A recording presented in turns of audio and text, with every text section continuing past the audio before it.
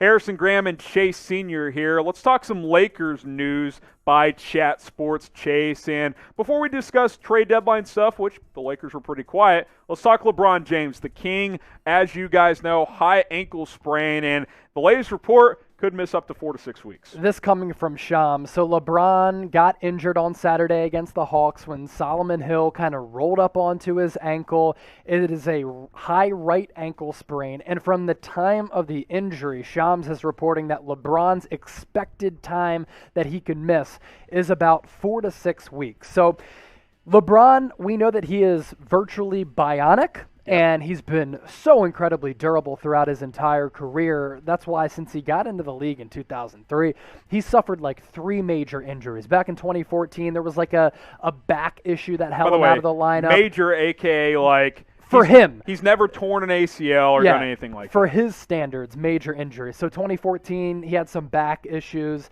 2 years ago, his first with the Lakers, there was that groin injury that was pretty serious for him. And now it's the high right ankle sprain. I don't think this is a conversation of LeBron, been in the league since 2003, 36 years old. Is he starting to break down? I think if that injury were to happen to another player, we're talking about maybe like an MCL or an ACL injury. Yeah. For LeBron, it's a high right ankle sprain. So get him back healthy.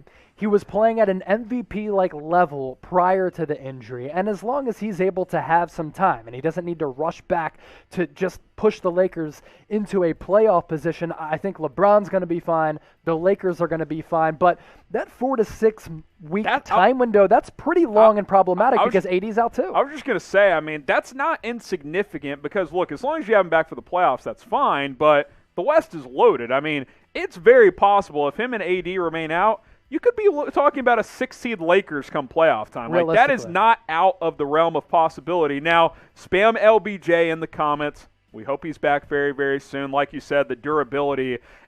He has so many impressive things about his career. The durability might even be the most impressive. And I think it is. And that speaks volumes to just the type of shape he stays in. I mean, the guy went to how many finals in a row, and he kept going back, just never ran out of gas. He's incredible. Yeah. Spam LBJ in the comments. We hope the King is back very, very soon. As long as he's back by playoff time, the Lakers will be just fine. But where are they going to be seated come playoff time? Well, let's see where they sit right now. I mean, I don't think they're catching the Jazz without LeBron and AD. The Suns are playing well.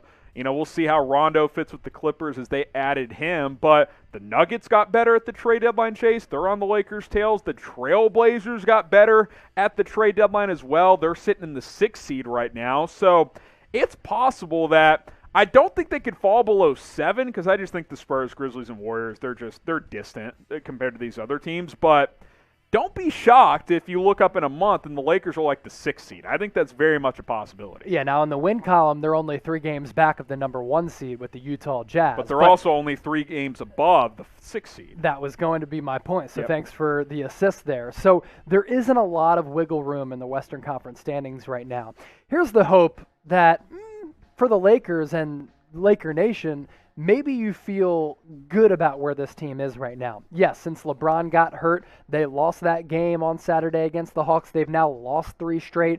Who knows when Anthony Davis comes back? But you have to think that in that 4 to 6 week initial time window that LeBron is going to miss, at some point, Anthony Davis has to return during that time frame, and maybe that can help the Lakers keep their heads above water and just survive for a little bit as of now. Yeah, and you wonder it's why they, looked at Kyle Lowry. Well, it's because your 2 main guys are out. I think that's a big reason why ultimately they were not able to trade for him. What playoff seed will the Lakers get? Get your votes in on this one. Let us know what you guys think. What seed will the Lakers get?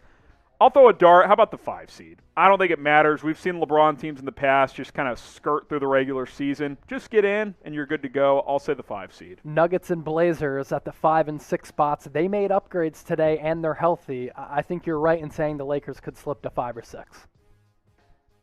Subscribe to the Los Angeles Lakers Report. If you're watching on our Lakers channel, just hit that big red button. Videos 4 or 5 days a week from Chase, myself, Tom, updating you guys on the latest injury news, rumors, whatever's surrounding Laker Nation. We're going to cover you guys at youtube.com/LakersTV. If you're still with us live on Chat Sports, well, Go ahead and check that out. If you're a Lakers fan, go ahead and subscribe. The link's right there, youtube.com/LakersTV.